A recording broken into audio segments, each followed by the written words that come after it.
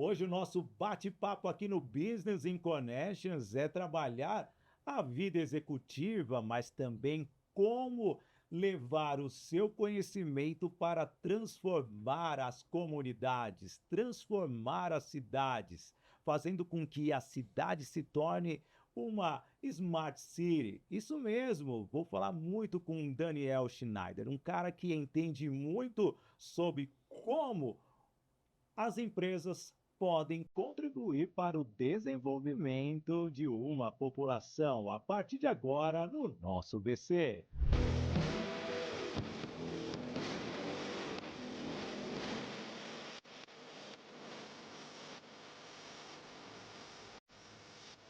Alô, amigo, alô, amiga, seja bem-vindo ao nosso Business in Connections de hoje. Muito prazer, sou o Sidney Botelho, seja bem-vindo a essa grande exibição de conhecimento aqui no meu canal do YouTube, Sidney Botelho. Já peço para você se inscrever também no canal do YouTube do podcast Business in Connections, no portal WIG, no WIG Play e também no canal do YouTube do WIG. Hoje nós vamos falar muito da vida executiva, uma pessoa que já foi CEO de multinacionais de tecnologia, de empresas israelenses, já criou inovações no mundo inteiro, mas também pensa muito nas pessoas, com um projeto que faz você, empresário, se conectar com a população. Preside de forma voluntária a Prime Society. Seja bem-vindo, Daniel Schneider. Muito obrigado, Sidney, pelo convite. Muito feliz de estar aqui com vocês e com os teus ouvintes. Que legal. Cara, vamos falar da vida executiva. Sim? Sempre com metas ali, tendo que trazer recursos para as empresas. Em um determinado momento saiu comprando empresas. E aí, essa rotina cansou e agora quer ajudar as cidades ou não? Não, de forma alguma. Vou manter sempre duas vidas paralelas, É. uma para a sociedade e uma para pagar as contas em casa. Ainda não abri mão da vida executiva. Continuo como presidente, como CEO de um fundo americano de private equity e sou presidente voluntário da Prime Society para aplicar tudo que eu aprendi no mundo privado aí para tentar trazer algum benefício à sociedade. Nós vamos falar muito da Prime Society aqui. Hoje, a vida do executivo, realmente, você que já passou por vários setores, tecnologia, armamentos também, né? Tecnologia militar. Nossa, cara, é praticamente diferente. E investimentos, como que é ter uma variedade vamos dizer assim, de tomadas de decisões, porque são setores totalmente diferentes, ô Daniel. Sim, Cara, eu acho muito legal isso na vida do eu executivo. acho que isso é uma das coisas mais legais do executivo, né? Você poder mudar de realidades. Eu falo que se eu tivesse a oportunidade de ser CEO de um hospital, eu toparia. Nossa, imagina poder ajudar a salvar mais vidas de uma forma melhor. Ou me interessaria também. Tem essas empresas, novas startups aí de você produzir carne em laboratório. Eu falo, cara, isso são coisas incríveis. Então, no final, o que é ser executivo, né? Você tem que saber trabalhar muito bem com pessoas, você tem que saber montar processos, remontar processos, pensar em processos, usar tecnologia para conseguir melhorar a eficiência da empresa, tem que saber ser um bom comercial, ser um embaixador de uma marca, de alguns produtos, etc. Mas eu acho que, claro, se você conhece bem do setor, você tem alguma vontade, mas às vezes o problema daquela empresa é exatamente não o core dela, o que ela sabe, né? O que ela não sabe, o que você Sim. pode trazer de fora. Isso vejo um grande erro de RHs em gerais, né? Eles querem trazer sempre alguém do mesmo setor. Não. Às vezes é muito mais inteligente você trazer alguém de outro setor que vai trazer uma visão mais ampla, uma visão diferenciada. Dentro da empresa você já tem especialistas naquela área específica, naquele produto específico. Então, sim, eu recomendo. Ser executivo é uma experiência maravilhosa. Essa sua frase traz de encontro, né? Você foi muito sábio. Aliás, depois eu vou usar esse corte que é interessante para, principalmente no LinkedIn, né? O RH ele tem que trazer uma pessoa que tem uma visão diferente. Eles querem trazer uma pessoa que já passou pelo segmento, já tem todos os vícios e ao mesmo tempo, tudo bem, já tem um relacionamento daquela área, vai ser mais fácil para lidar com o cliente ou até mesmo com os pares ali como um todo. Mas esse seu insight vem de encontro com o que eu penso também.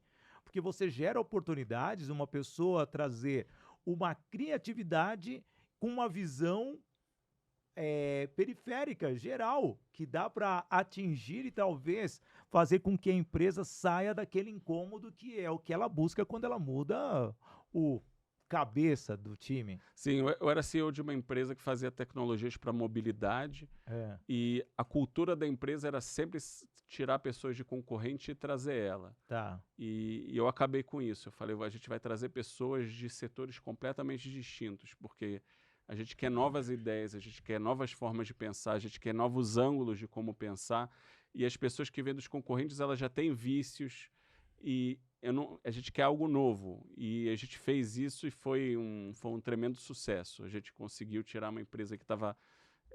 era uma empresa que estava quase quebrando, perdia 5% dos assinantes por mês, né? Tá. Ela ia fechar dentro de um ano, e é uma empresa que hoje está muito bem, está crescendo, né, então a gente conseguiu, a gente fala de diversidade, diversidade são pessoas com diferentes ideias, não é uma questão de raça, é uma questão de experiências diferentes, né? E aí realmente não interessa se é homem, se é mulher, interessa se que tem bagagens que são complementares. Então é algo que eu recomendo. Eu vejo, em geral, as diferenças entre o RH aqui no Brasil e RH que eu tenho em outros países. Você tem uma questão cultural muito forte aqui, que leva a Tá. um viés de seguir exatamente o mesmo padrão, a mesma forma de pensar.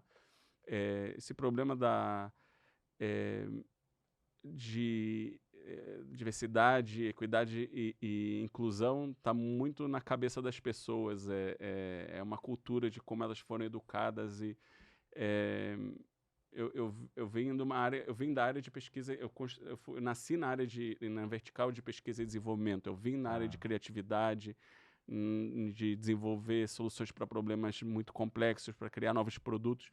Então a gente sempre teve que pensar um pouquinho fora do que é comum. E essa é a necessidade. Deixa eu falar aqui dos nossos apoiadores, né? Que então quem vai ficar fora do comum sou eu. Lembro que o nosso Business in Connections, ele é apoiado pela agência Soldigi, isso mesmo, a agência que cuida de todas as marcas do grupo Sidney Botelho.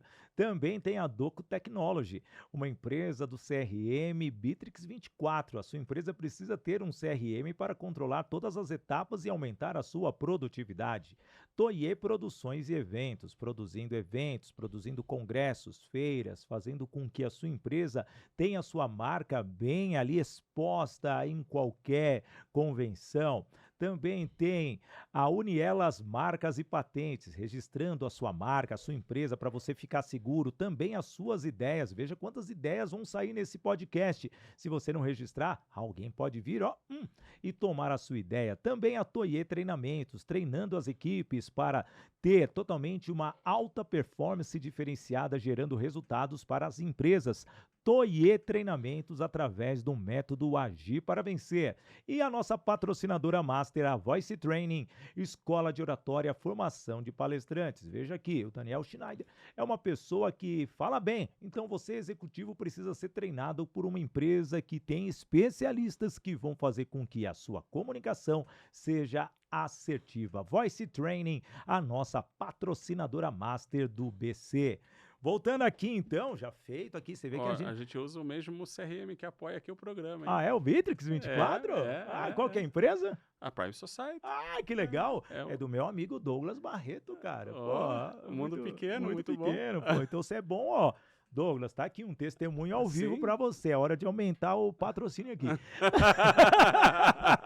Aqui a gente fala na cara mesmo, viu? Ô, Daniel, cara, eu vim da HP, você veio da BM, né? Foi muito legal, porque chegou uma época, né, que a gente tava lá na HP e tal, e alguns saindo para ir para IBM, né? Eu fui convidado, só que eu fui para Telefônica. Eu falei, pô, e eu fiquei com aquele gostinho, né, de trabalhar na IBM. Como que é trabalhar numa empresa tão histórica assim na área de tecnologia? Fala pra mim. E você presidiu lá, né? Foi VP, né? É uma universidade, né, Sim. Sidney? Tipo, o que você aprende, as oportunidades que dão. Eu falo isso. é, o curso de vendas que eles fizeram, eu lembro da conta, era 40 mil euros.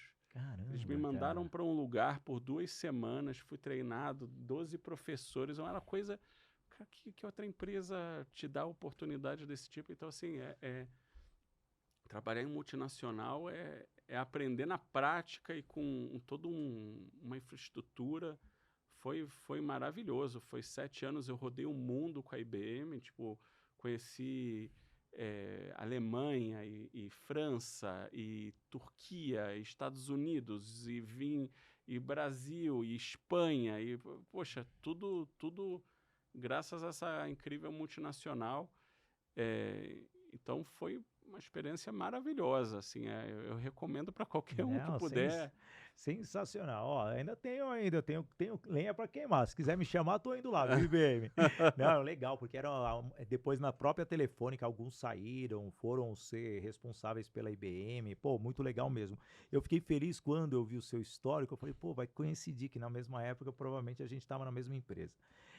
Vamos trazer um pouquinho, vamos trabalhar o Prime Society, que eu Claro. acredito que a sua vida executiva ela vai um pouquinho além, né? Ela vai nessa questão de contribuir. Por quê? Você passou por toda uma construção, como nós já citamos aqui no programa. Como surgiu essa ideia do Prime Society? Fala para mim, por Muito favor. legal. Eh, eu tento contribuir com a sociedade faz há muitos anos e vou descobrindo o quanto é difícil, né? Tá. No ano de 2011, eu vim com a ideia de um projeto chamado Cidade do Futuro. Entrei em contato com uma cidade brasileira com 300 mil habitantes e propôs levantar 300 milhões de reais para criar um novo bairro dessa cidade, tirando as pessoas da área de risco. Conforme a gente foi tocando o projeto, eu vi que não tinha capital humano, não tinha capital financeiro. Tínhamos uma reunião com o investidor, a prefeita não chegou na reunião, aí remarcamos, ela não veio de novo. Então, poxa, eu vi a quantidade de problemas e comecei a estudar esse tema desde então, porque eu fiquei, poxa, você quer ajudar uma cidade e a cidade não consegue se ajudar, é algo incrível. Eu fui rodando várias outras cidades aqui no estado de São Paulo e eu vi o mesmo problema, problema de capital humano, problema de processo, problema de tecnologia, conhecimento dos prefeitos. E então você fala, poxa, eles têm um problema, eles não sabem se ajudar, isso é muito, muito complexo. Nossa, você me trouxe um insight aqui. Eu vou te interrompendo, eu sei que Claro, é lindo. Cara, você fez isso, né? Você estava vindo de baixo para cima, né? sim. Porque se você pega o prefeito praticamente ele está conectado ali a uma coligação de algum grupo de partidos, dos partidos talvez ligados ou não à situação do Estado, que se está ou não conectado à situação do governo federal, cara, você não pensou em inverter a bola, não? A roda, vir de cima para baixo? O, Porque talvez vindo do federal, nessa camada, o prefeito vai ouvir mais do que ao contrário, porque ele deve ficar com medo de algo político. Não, é um concorrente querendo entrar para fazer campanha aqui. E não, não era a assim, sua intenção, não é a sua intenção ali. Assim, se você olhar o caso de Honduras, foi mais ou menos isso que fizeram. Nos anos de 2009, Honduras quebrou Tá. e eles precisavam de alguma forma de trazer investimento para salvar o país. E aí trouxeram o vencedor do Prêmio Nobel da Economia, o Paul Romer, e ele falou, olha, o que vocês precisam para resolver aqui, vocês precisam delimitar áreas que sejam autônomas, elas estão dentro de Honduras, mas são autônomas do ponto de vista de governança, e ceder isso para a iniciativa privada para eles terem liberdade de fazer. E assim nasceu a cidade de Próspera e a cidade de Ciudad Morazán. Cidade de Próspera é uma cidade para gente classe AAA, gente rica, então literalmente é uma cidade que tem total autonomia do ponto de vista de legislação, tributação, lei trabalhista, tudo. Né? E você, quando você vem para abrir uma empresa dentro dessa cidade, você determina que lei de que país você quer seguir. Então, isso é muito atrativo para a empresa e para investimento. E Ciudad Morazán é o outro lado, é uma cidade para gente pobre que eles estão tentando levantar o nível econômico dela. E uma vez que foi determinada essas duas zonas experimentais de governança autônoma, o dinheiro começou a fluir. O Brasil tem que entender como país que no mundo tem dezenas de trilhões de dólares disponíveis para investimento. E se a gente não tornar o Brasil um lugar atrativo, eles não vão vir para cá, eles vão ir para outro lugar do mundo. E todo mundo ganha se esse dinheiro começar a fluir no Brasil. Então, o grande segredo para essas zonas, a gente tem que primeiro entender que tem que remunerar esse dinheiro e que não tem nada de errado nisso, porque senão ele não vai vir. Tá. E se ele vier, a gente pode mudar aqui muito rápido a realidade dessas 100 milhões de pessoas que não têm esgoto, que não têm água potável, que têm problema. Então, a minha visão é que a gente precisa criar cidades integradas, pequenas cidades, pode ser até bairros de 10 mil pessoas, onde toda a solução, toda a jornada de trabalho, de educação, de saúde, de água, de telecomunicação, tudo tem que estar integrado, muito bem planejado, desenhado, para a gente poder industrializar esse processo de erradicação de pobreza, para que cada vez mais seja menos arriscado para o investidor, brasileiro ou estrangeiro, investir em tirar as pessoas da pobreza. Então a gente tem toda uma metodologia que a gente está desenhando, e a gente está num processo de educar as pessoas no Brasil que isso existe. Isso foi feito lá fora, a cidade de Shenzhen, a região de Shenzhen é um exemplo, Dubai é outro exemplo, você tem agora Dow City em Wyoming, você tem em Zanzibar projetos acontecendo nessa linha. Já são 5 mil zonas econômicas especiais pelo mundo, muitas delas estão virando nessas zonas experimentais de governança autônoma, e o Brasil precisa incorporar isso para a gente mudar a realidade aqui, vai ser bom para todo mundo. Não, fala muito, né, aqui no mercado das cidades inteligentes. Só que eles querem informatizar a cidade e esquecem de detalhes importantes. Eu estava recentemente participando de um evento do Sinduscon, né, o Sindicato da Construção Civil do Estado de São Paulo, e ao mesmo tempo trouxeram o prefeito de Bilbao, na Espanha. E fizeram com que Bilbao se tornasse um polo turístico, com paradas de navios por causa dos cruzeiros, mas foi algo que multiplicou pelo menos 4, 5 vezes a quantidade de turistas, ou seja, eles estão tentando fazer com que esta revitalização aconteça até aqui no centro de São Paulo. Mas é fora do que você está pensando. Eu estou trazendo isso porque é uma mudança de cultura. Teve de um prefeito local de criar totalmente um projeto, entender e fazer com que aquilo trouxesse o quê? Recursos financeiros, mas através do turismo.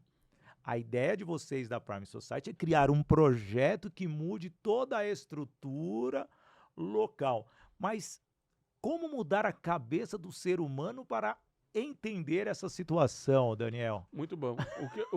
Você perguntou por que a gente não vem de cima para baixo. É exatamente isso. Você tem uma mudança cultural muito grande. O que a gente precisa, na minha percepção, é ter 1, 2, 3, 4, 5 casos de sucesso no Brasil que vão virar vitrines para que os nossos governantes falem, não, então não é tão complicado assim, dá para fazer. E a gente pretende ter, na Prime Society, para nossos federados, dar toda a informação de forma gratuita para que eles possam simplesmente copiar e colar. A gente quer industrializar esse processo de A a Z. O que tem que fazer em cada etapa para que isso dê certo, dentro de uma metodologia. E o mais importante, a gente acha que tem que ser feito com capital privado. A gente não quer usar capital público para fazer esses projetos. Para que não esteja problema na mudança de governo, para que não esteja mudança que teve um problema econômico, então não vai ter capital para continuar fazendo o projeto, todos aqueles problemas que a gente conhece. E quem apoiaria seriam as empresas. A gente teria a figura do investidor, o investidor tem que ser devidamente remunerado, e assim a gente vai trazer o que se chama FDI, Foreign Direct Investment, investimento estrangeiro direto para o Brasil. Então tem que ter uma remuneração atrativa. E aí você tem o operador. O operador é aquele que opera aquela microcidade, né? Aquele bairro que parece muito como um condomínio, porque a gente está falando de segurança privada, a gente está falando de educação privada, de saúde privada, a gente está falando de toda a construção que é pela iniciativa privada. A função, na nossa cabeça, do município vai ser a essa comunicação e integração entre essas cidades e o resto do município ou outras cidades 5.0. Eles ainda têm uma função, mas ela muda da forma que a gente vê isso atualmente. Não seria uma privatização da cidade não, né? Ela tem Nossa, pessoas. me veio esse site, desculpa fazer essa pergunta, mas eu acho O que termo em inglês existe dois termos em inglês. Um é Charter City, que seria uma espécie de privatização. Você tem uma fundação que se chama Free Cities, que é ou Free Private Cities, que era o nome original, que falava de privatização de cidade. A diferença aqui é muito importante. A gente não entra no mérito de quais são os valores dessa cidade. tá, Então, onde tem muitas cidades desse tipo é Israel, onde se chama kibbutz, e elas eram completamente modelos comunistas e marxistas. tá, Todo mundo recebia seu salário e ia para uma única conta e era distribuído igual por todas as pessoas. sim, Então, ela, de uma forma, é uma cidade que ela tem um operador, outra estrutura que você pode olhar.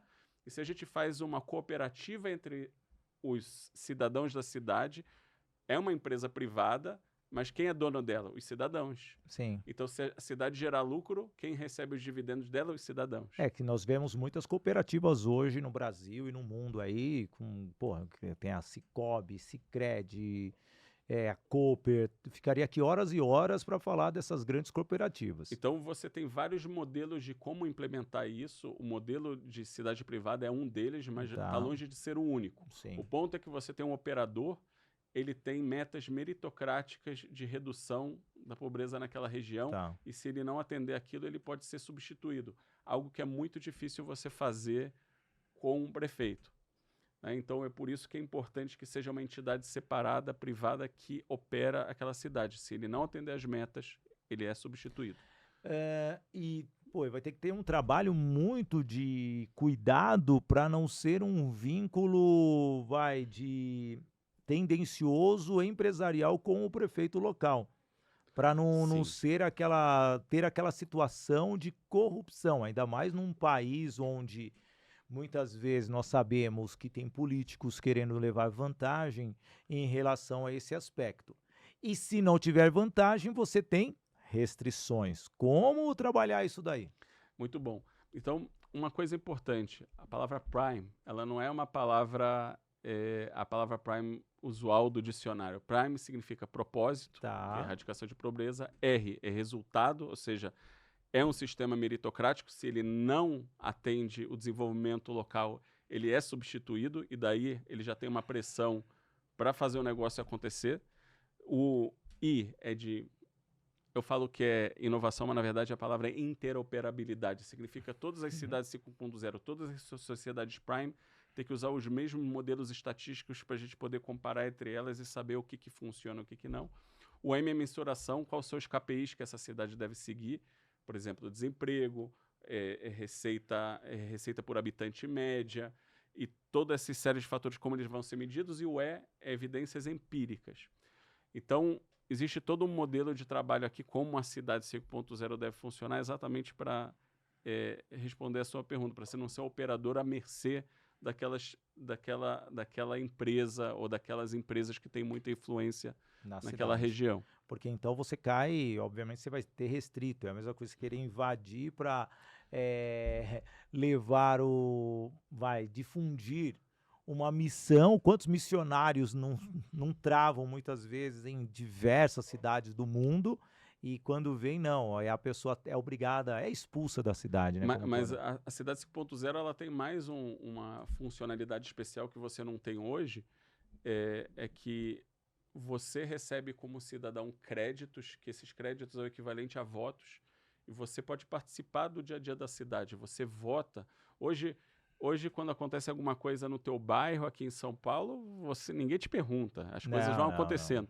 Não. Na cidade 5.0, você vota e você participa do dia a dia. Então, você pode usar teus créditos, teus pontos para dizer eu não quero aquela ponte, eu não quero esse túnel, ou eu quero muito que seja construída aqui a universidade. Então o cidadão ele tem influência sobre tudo que acontece, diferente do modelo atual que você escolhe um representante, geralmente você nem lembra quem é teu representante, e naquele momento em diante, aquele representante não se sente também muito obrigado a te dar prestação de contas. Aqui o sistema é completamente transparente. Se você entra, por exemplo, em Próspera ou entra em Ciudad Morazán, você vê todos os documentos de tudo que acontece na cidade e tem essa possibilidade do cidadão votar e influenciar no dia a dia e não só uma vez a cada 4 anos. Nossa, é uma disrupção gigantesca e entra na questão do interesse da população. Sim, eles vão pagar. Mas você vê o brasileiro preparado para isso? Porque aqui o voto é obrigatório, mas você vê a cada eleição caindo as pessoas que vão votar. A abstenção é gigantesca. Sim, Como que você vê uma cidade dessa mudando essa cabeça para apoiar o empresário? Porque eu sou brasileiro, né? Você também é. Nós sabemos que ele vai falar, tem interesse. Sabe que tem interesse ali. Vai acontecer isso. As pessoas param de votar por quê? Talvez porque elas param de sentir o sentido naquilo. Estão desacreditando no sistema. Mas se você começa a ver um sistema que funciona, talvez isso atraia mais as pessoas. Eu não participo de reuniões de condomínio porque eu não tenho nenhuma paciência para aquela gritaria. Mas se não tivesse a gritaria, se tivesse um outro sistema que ele é mais acolhedor, que ele escuta, que ele é mais inteligente, que você pode ler as propostas de forma escrita pelo teu celular, ver o que as outras pessoas pensam, se você tem um tempo de amadurecimento, se você vota quando você quiser, dentro de um espaço maior, será que as pessoas não participariam? Então, a minha grande pergunta é essa: as pessoas não participam porque elas são assim, ou o sistema fez elas desacreditarem que elas são capazes de fazer qualquer mudança? Eu não participo de reunião de condomínio, porque todas as vezes que eu desço, eles querem me eleger como síndico. Então eu fico fora, porque, meu Deus do céu, não dá não. Não dá para administrar condomínio de lugar nenhum. Mas eu administro minha casa, não é verdade? A esposa manda mais. Sem dúvida. Não é verdade? Deixa ela mandar, eu tô nem ligando, né, meu? O importante é contribuir. Deixa eu falar aqui rapidinho com você sobre um tema que me preocupa bastante, porque quando eu recebi a sua ideia, pô, é sensacional, todos nós. Eu sou um cara que eu gosto de contribuir, eu gosto de desenvolver, principalmente essa questão do empreendedorismo. Eu adoro treinar pessoas para que elas empreendam. E teria que ser diferente do que fizeram com Barueri, depois hoje Alphaville. Pô, você sabe o quanto que cresceu, que eles deram incentivos fiscais, diminuindo. Agora eles vão unificar com o IVA, então a tributação deve igualar. Então talvez essas concorrências municipais deve diminuir, porque teve até o caso da Ford, que foi para Camaçari, lá na Bahia, por causa dos impostos mais baratos, por incentivo. Não é essa a ideia que você quer, não. Mas como que é trabalhar esse público? Porque praticamente para que um público abrace a ideia da Prime Society, tem que ter associação comercial ali presente, um Rotary, uma Lions, a Igreja Católica, as igrejas locais, porque realmente é a comunidade trabalhando como um todo. Ou realmente ainda você acredita que o político vai permitir vocês chegarem? Novamente, a gente não precisa de muitos políticos que queiram fazer uma Prime Society. Eu acredito que se a gente consegue fazer de 1 a 5 que virem uma vitrine, já é o suficiente para que as populações falam, a gente quer um igual. Né? Um pouquinho o nível FIFA da cidade. Da cidade, né? Então fala, poxa, nosso vizinho tem, a gente também quer. Então, a gente não precisa de dezenas, são 6 mil cidades brasileiras, a gente precisa de 1 a 5 casos que funcionem, e aí acredito que os políticos vão simplesmente falar, vamos copiar aquilo porque aquilo funciona, e a gente vai disponibilizar para eles absolutamente todo o conhecimento, de forma que ele pode fazer copiar e colar. A gente quer que quanto mais cidades desse tipo existam, e de novo, a gente não entra no mérito cultural da cidade, pode ter várias culturas da cidade 5.0, mas é fundamental que o capital seja remunerado para que a gente atraia investimento estrangeiro. É importante que esteja essa integração do plano. Não adianta, se você pega hoje as ONGs elas estão, cada um trabalha de forma independente, elas trabalham em regiões diferentes, e aí quando você pega o que elas fazem de verdade é aliviar a pobreza. Tá. E o que a gente quer não é isso. A gente quer erradicar a pobreza. Tá. A gente quer que aquela pessoa jamais dependa outra vez de um terceiro para sobreviver. Aliviar significa que ela cria uma dependência. Então, se aquela menina Maria de 13 anos está recebendo ajuda de uma ONG, e essa ONG ajuda ela a se educar, mas naquela região está 50 graus e não tem ar-condicionado, e ela passa no caminho de volta pelo tráfico de drogas, e ela chega em casa para um padrasto que abusa dela, e tem o esgoto aberto e não tem eletricidade de qualidade, nem internet, nem água potável. Então, todo aquele investimento daquela ONG vai por água abaixo. A gente precisa integrar todas as ONGs e as empresas e o setor público num único lugar pequeno, para que a gente possa resolver o problema e dar uma jornada de dignidade para aquela pessoa, do momento que ela acorda até o momento que ela vai dormir à noite. E se a gente não fizer isso, a gente vai estar aliviando a pobreza por um tempo e depois vai seguir os problemas que a gente tem. Não tem nenhuma razão de em 20, 25 anos, 30 anos, a gente erradicar por completo a pobreza no Brasil. Não existe razão. É muito... Não, mas 30 anos é pouco tempo, leva aí pelo menos uns 80 anos para mudar tudo isso no Brasil, pelo que eu creio. Se você pega Shenzhen, o que ela era em 1980 e o que ela é hoje, em 40 anos, aí você sabe que é possível revolucionar uma área relativamente pequena em um curto prazo. Você tem sim os conflitos de interesse que atrapalham nesse negócio, mas se você olhar, hoje no mundo existe trilhões de dólares procurando projetos e eles não acham projetos. Cabe ao brasileiro dizer, a gente quer criar os projetos para esse dinheiro ser investido aqui, ou a gente vai deixar esse capital ser investido na África, ou na China, ou na Malásia, ou em Bangladesh, ou no Paquistão, ou mesmo nos Estados Unidos. É nossa responsabilidade. E isso não interessa se você é de esquerda ou de direita. Sim. Se você é de esquerda ou de direita, você quer o dinheiro aqui e não lá. Esse é o ponto fundamental. E se a gente entender que o capital tem que ser remunerado e tem que valer a pena para o cara lá de fora investir no Brasil, já não interessa se a cidade 5.0 vai ser um pouquinho para a esquerda, um pouquinho para a direita ou vai ficar pelo centro. O dinheiro está entrando daqui, está dando emprego e oportunidade para o brasileiro e não para alguém que a gente não conhece, que está em outra nação, em outras condições. O que bate aqui, né, justamente é a quebra de paradigmas, realmente mudar um conceito enraizado há séculos no Brasil, Sem sabe? dúvida. Esse lado imperial, esse lado dos coronéis, do engenho, ainda está presente, né? Então você vê em várias cidades quem que é o manda-chuva, quem que é o cabeça. Hoje nós temos uma polarização de duas pessoas, sabe? Num país onde um teve 50,1 e o outro teve 49,9. Ah, é um empate técnico. Não, mas eu estou na frente que eu tenho um a mais, Sim, sim. sabe? Então eu sou maior que você, né, nesses 4 anos. E a preocupação mesmo, porque em nenhum momento, se um ou outro deixa de lado essa vaidade, já que nós temos essa mesma igualdade de números, por que nós não vamos unir em prol de um objetivo comum? Esse seria o mundo ideal, mas não é o mundo ideal, nós sabemos. E hoje, se vocês fossem implantar no seu estudo como um gestor, um planejista monstro que você é, executivo, provavelmente você já fez esse mapeamento. Aonde seria o ideal hoje para implantar a primeira?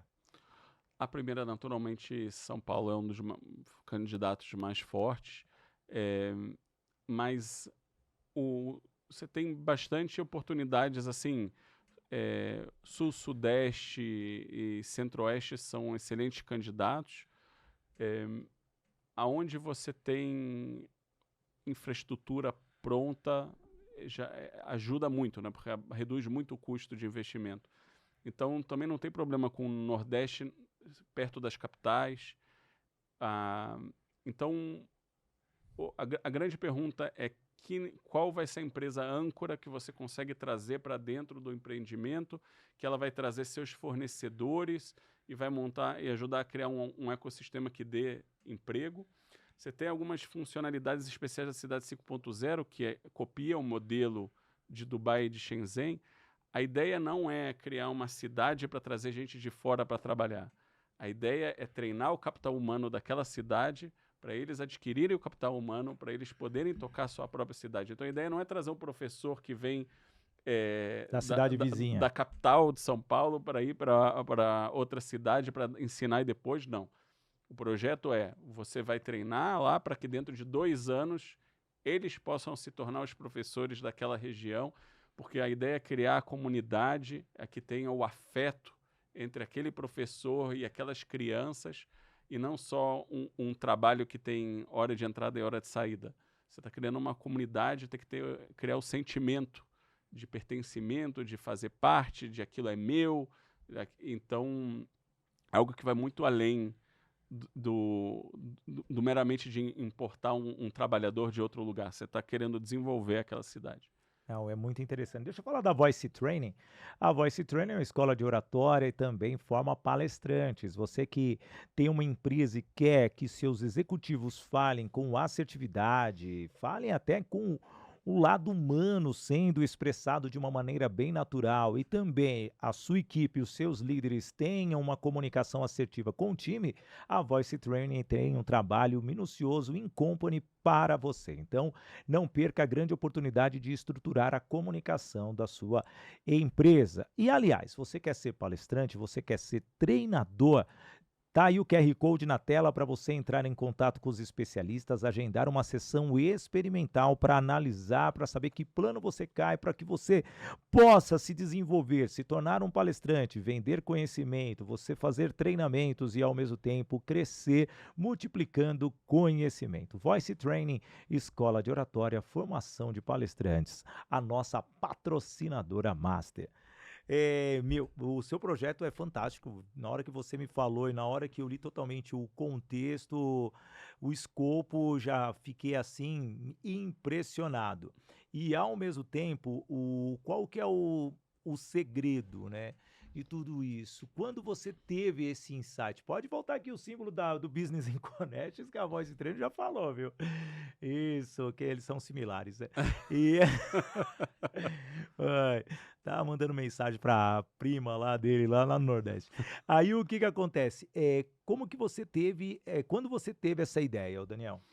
O, eu fui convidado para palestrar no Horasis Global Meeting. Horasis, para quem não conhece, é uma espécie de fórum econômico global. Só que em vez de acontecer em Davos, ele roda pelo mundo. Ele vai estar aqui em São Paulo do dia 7 a 10 de outubro, Tá. patrocinado pelo governo de São Paulo. Você, obviamente, está Não, já convidado. estarei lá, É, já. e, e depois dessa palestra eu trouxe um pouquinho das minhas ideias, achando que iam jogar tomate, né? Fala, pô, você tá louco, não vai funcionar. E o público foi muito acolhedor e gostou muito e me incentivou muito de ir por esse caminho.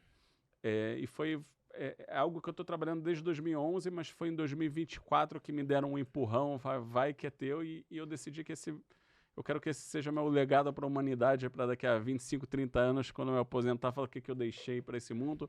A Prime Society tem que estar rodando, independente e funcionando. Quem tá com você nesse projeto, ô Daniel? Legal.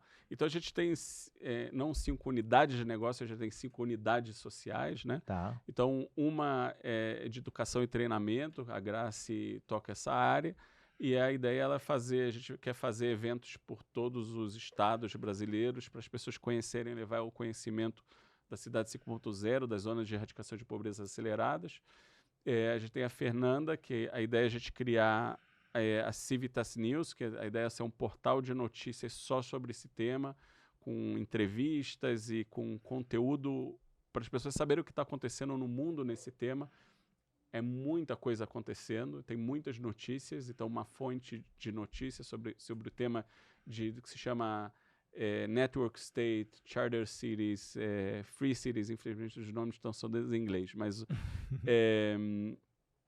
tem muito sobre esse tema.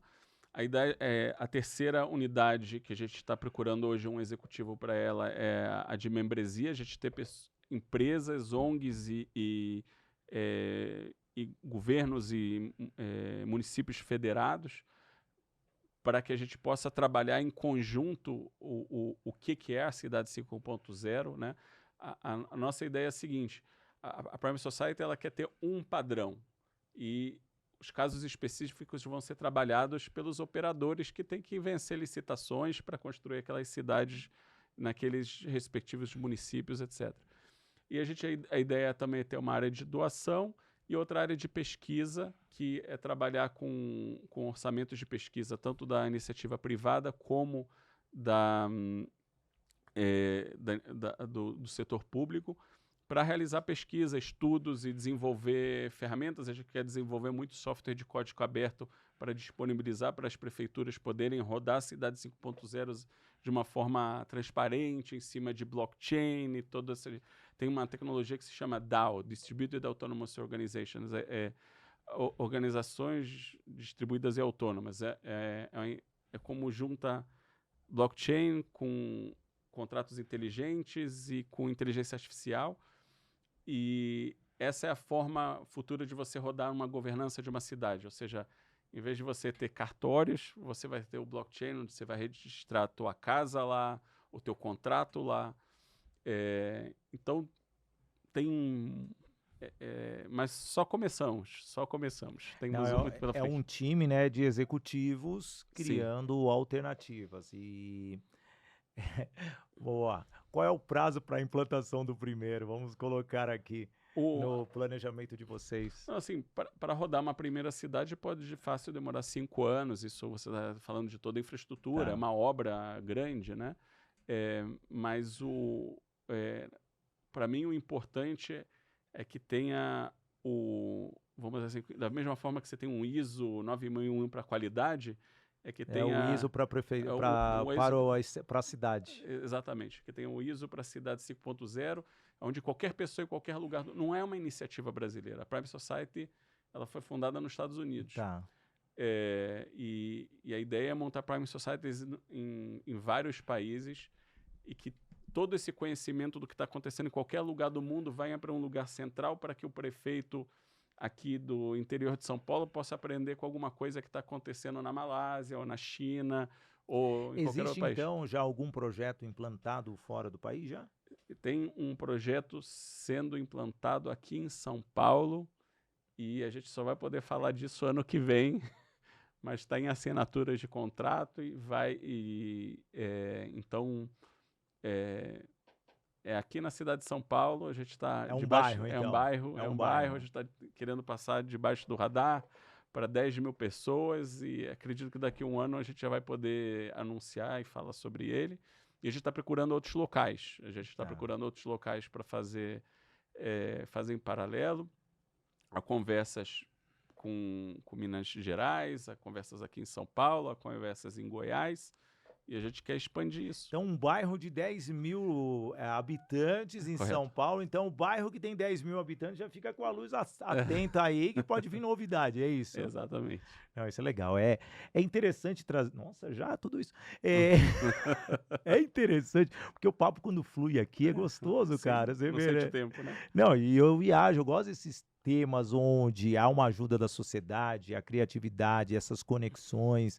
Para mim, essas descobertas traz o quê? Uma energia dentro da gente. E eu tenho essa energia porque sempre trabalhei a inovação e eu gosto desse lado meio de vamos aí cavar para achar alguma solução, achar o petróleo. E onde está o petróleo? Como que você vai achar aquele pote de ouro? Não no lado financeiro da coisa, mas aquilo que fala assim, aqui é o lugar aonde a gente vai realmente ter abundância desse projeto e vai ser realmente a multiplicação. Se você pensa em tudo que se fala de inteligência artificial e etc., e você imagina, poxa, o mundo precisa receber nas cidades mais 2,5 bilhões de pessoas até 2050. Fala, que negócio é melhor do que construir cidade? Você tem que receber 2,5 bilhões de pessoas, onde você vai ter que ter absolutamente tudo que tem numa cidade. Então, me parece o negócio da China, né? Maravilhoso. 2,5 bilhões de cidades. Vamos aprender a industrializar esse processo de construção de cidade e fazer ele em quantidade. A questão de 10 mil pessoas é muito importante. Pode parecer um número qualquer, né? Já que ela é toda integrada e tão completa, e a gente está falando de educação e saúde, segurança pública, e a gente tem que ter um lugar de entrada e outro lugar de saída, porque é mais ou menos como um condomínio, você quer manter ele seguro, e você está falando de sustentabilidade.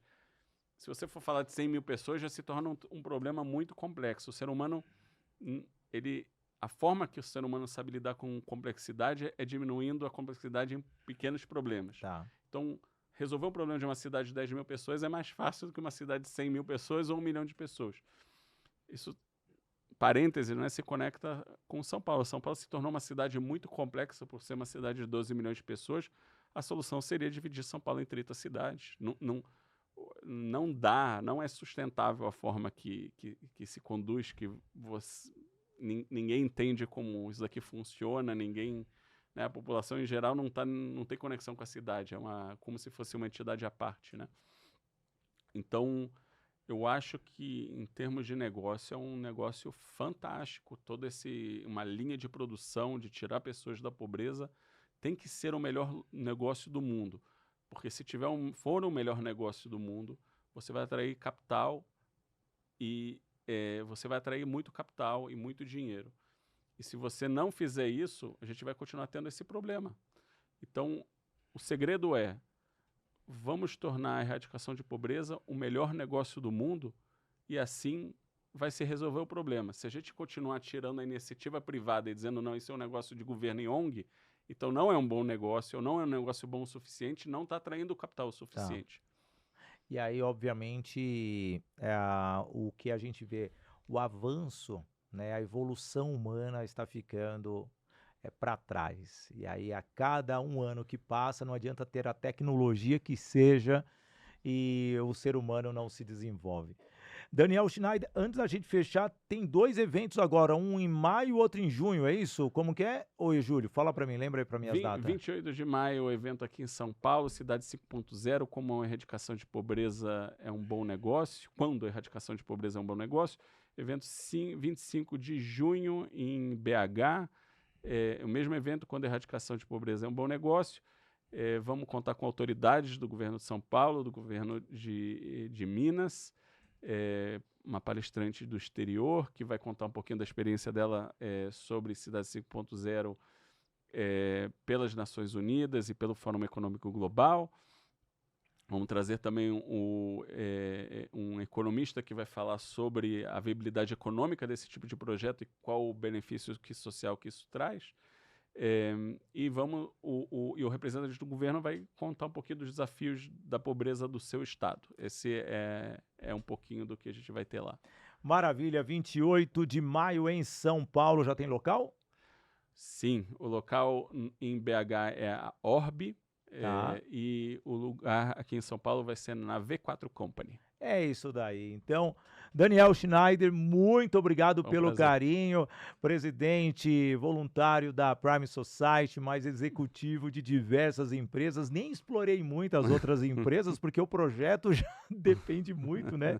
Esse lado social. Mas eu acho que você vai ter um trabalho, meu amigo, mas com o seu sorriso no rosto, a sua garra, a sua determinação e o seu histórico, você vai conseguir alcançar os seus objetivos. Tem meta, viu? E batendo, pode vir aqui que a gente vai fazer a cobertura. Muito obrigado ao Daniel. E é isso. Então, o nosso Business in Connections de hoje, deixa eu só falar que ele tem o apoio da agência Soldigi, a agência da nossa Bárbara Fiuza. Também nós temos a Doco Technology do Bitrix 24. Temos também a Toye Produções e Eventos, a Unielas Marcas e Patentes, a presença da Toye Treinamentos e a Voice Training.